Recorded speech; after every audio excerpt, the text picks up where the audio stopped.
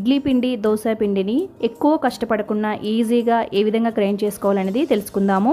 గ్రైండర్లో మనం ఏదైనా వేసేటప్పుడు మనం అందరం చేసే తప్పు ఏంటి అంటే గ్రైండర్ని ఆన్ చేసి డైరెక్ట్గా పప్పుని అనేది వేసేసుకుంటాము. అలా ఎప్పుడు చేయకూడదండి. గ్రైండర్ ఆన్ చేసిన తర్వాత కొద్దిగా నీళ్లు పోసుకొని తర్వాత పప్పులు అనేది వేసుకోవాలి. ఇలా ముందుగా కొద్దిగా నీళ్లు పోయడం వలన ఆ రాళ్ళు అనేది ఎక్కడ స్ట్రక్ అవ్వకుండా చక్కగా అయితే తిరుగుతాయి.